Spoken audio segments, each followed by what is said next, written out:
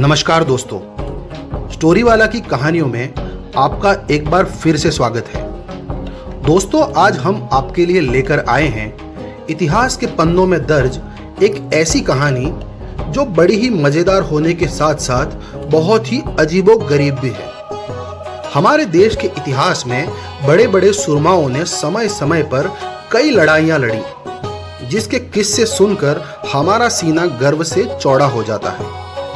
दोस्तों, जब भी दो रियासतों या देशों के बीच युद्ध होता है तो उसके कई कारण हो सकते हैं, जैसे जमीन का विवाद, पानी को लेकर विवाद, या फिर कई बार दुश्मन राज्य के राजकुमार या राजकुमारियों के प्रेम प्रसंगों को लेकर भी खूनी युद्ध हो जाया करते थे। लेकिन आज हम जो कहानी आपके सामने लेकर आए हैं उसमें दो रियासतों के बीच जो युद्ध हुआ था उसका कारण था एक 3 किलो का तरबूज।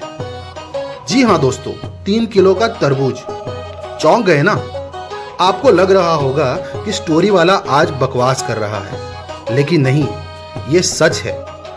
आज हम जिस युद्ध के बारे में बताने जा रहे हैं वो सचमुच एक तरबूज के लिए लड़ा गया था और इस युद्ध में हजारों सैनिक शहीद भी हुए थे। तो दोस्तों, ये कहानी शुरू होती है 1644 में, यानी आज से लगभग 380 साल पहले। हुआ कुछ यूं था कि मुगल सेना किसी युद्ध के बाद आगरा से दिल्ली की तरफ जा रही थी। मुगल सेना के सैनिक काफी देर चलने के बाद थक गए थे और अपनी थकान को दूर करने के लिए मुगल सेना ने अपना खेमा बीकानेर की सीमा पर लगाया। गर्मी का मौसम था तो प्यास से निजात पाने के लिए सेना के बड़े बड़े अधिकारी एक तंबू में बैठे तरबूज का लुत्फ उठाने लगे। खैर, मुगल सेना तो अपनी थकान दूर करके आगे बढ़ गई, लेकिन पीछे छोड़ गई तरबूज के कुछ बीज। फिर आया बारिश का मौसम। बारिश के तेज बहाव में तरबूज के सारे बीज बहकर दूर निकल गए, लेकिन एक बीज किसी तरह बीकानेर रियासत के सिलवा गांव की सीमा पर ठहरा रहा और मौका देखकर उग निकला। धीरे धीरे उस तरबूज के बीज का पौधा बना और बड़ा होकर कुछ ही दिनों में उसने एक बेल का रूप धारण कर लिया। जहां एक तरफ तरबूज की जड़ बीकानेर रियासत के सिलवा गांव में थी, तो दूसरी तरफ तरबूज की बेल लंबी होते होते नागौर रियासत के जाखनिया गांव में जा पहुंची। क्योंकि ये दोनों गांव बीकानेर और नागौर की सीमाएं एक दूसरे से सटी हुई थी। जब दोनों रियासतों के आला अधिकारियों को इस बात का पता चला तो तरबूज की बेल पर अपना अपना हक जताने आमने सामने हो गए। इतना काफी नहीं था कि नागौर की सीमा में पहुंची बेल पर एक तरबूज का फल भी उग आया और असली विवाद बना ये तरबूज का फल। धीरे धीरे तरबूज बड़ा होने लगा और दोनों रियासतें इस तरबूज पर अपना अपना हक जताने लगी। यहाँ तक कि नागौर और बीकानेर की सीमाओं पर दोनों रियासतों के सैनिक हाथों में हथियार लेकर आमने सामने आ गए। बीकानेर वालों का कहना था कि तरबूज की जड़ उनकी सीमा में है, तो बेल पर लगे तरबूज पर भी पहला हक उनका है। जबकि नागौर वालों का कहना था कि जिस बेल पर तरबूज का फल लगा है वो उनकी सीमा पर है, इसलिए तरबूज पर उनका अधिकार है। एक तरफ धीरे धीरे तरबूज बड़ा हो रहा था तो दूसरी तरफ तरबूज पर अपना हक जताने के लिए बीकानेर और नागौर के सैनिकों के बीच तनाव बढ़ता जा रहा था। शुरुआत में इस विवाद में छोटे मोटे झगड़े होते रहे, लेकिन अचानक एक दिन इस झगड़े ने लड़ाई का रूप ले लिया।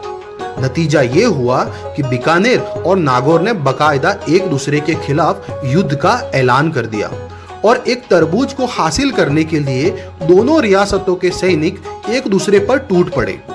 कहा जाता है कि तरबूज को हासिल करने के लिए हो रही इस जंग में बीकानेर सेना की अगुवाई कर रहे थे रियासत के मुखिया रामचंद और नागौर सेना की कमान थी सुखमल सिंघवी के हाथों में। बीकानेर और नागौर की सीमा पर खूनी खेल चल रहा था। कई सैनिक अब तक शहीद हो चुके थे और मजे की बात तो ये थी कि दोनों रियासतों के राजाओं को इस बेवकूफी भरे युद्ध के बारे में पता तक नहीं था।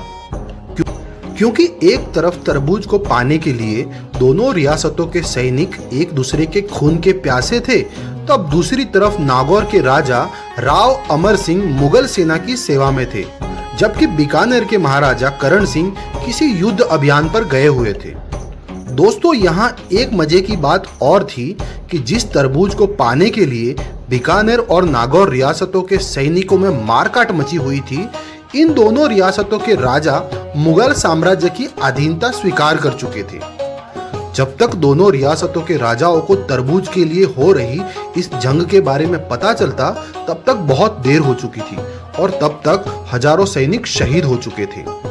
आखिरकार जब दोनों रियासतों के राजाओं को इस बात का पता चला तो उन्होंने अपने सैनिकों को युद्धबंदी का आदेश दिया, लेकिन दोनों तरफ के सैनिकों ने युद्ध रोकने के इस आदेश को मानने से ही इनकार कर दिया।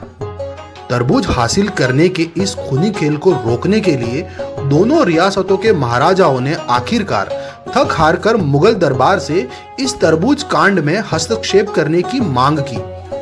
आखिरकार मुगल दरबार की विनती करने पर दोनों तरफ के सैनिक शांत तो हो गए, लेकिन तब तक इस लड़ाई में लगभग 1400 सैनिक खर्च हो गए थे, यानी बेमौत मारे गए थे। युद्ध समाप्त होने पर मुगल लश्कर की एक टुकड़ी तरबूज की बेल के पास पहुंची और तरबूज की बेल को ही जड़ से उखाड़ दिया, जो पूरे इस कांड की जड़ थी, और 3 किलो के तरबूज को बेल से तोड़कर मुगल बादशाह के सामने पेश कर दिया गया। दोस्तों, राजस्थान के इतिहास में लड़ा गया ये युद्ध मतीरे की राड़ के नाम से इतिहास के पन्नों में दर्ज है। दरअसल तरबूज को राजस्थानी भाषा में मतीरा कहा जाता है और राड़ का मतलब होता है लड़ाई। इस तरह एक अदना से तरबूज ने 1400 लोगों को वक्त से पहले ही मौत की आगोश में सुला दिया। तो दोस्तों, ये थी एक तरबूज के लिए लड़े जाने युद्ध की अनोखी कहानी। ये लड़ाई पूरे विश्व के इतिहास की एकमात्र ऐसी लड़ाई है जो एक फल के लिए लड़ी गई थी। दोस्तों, ये कहानी आपको कैसी लगी हमें जरूर बताएं। इसी के साथ मुझे यानी स्टोरी वाला को दीजिए इजाजत। हम फिर लौटेंगे इतिहास के पन्नों में दर्ज ऐसी ही किसी गुमनाम और अनोखी कहानी के साथ। दोस्तों, स्टोरी वाला का एकमात्र उद्देश्य ऐसी ही गुमनाम कहानियों को आप तक पहुंचाना है। हमारे इस उद्देश्य को साकार करने के लिए हमें आपके साथ की जरूरत है। हमारा साथ देने के लिए स्टोरी वाला की कहानियों को अपने चाहने वालों तक जरूर पहुंचाएं और चैनल को लाइक, शेयर और सब्सक्राइब जरूर करें। जय हिंद।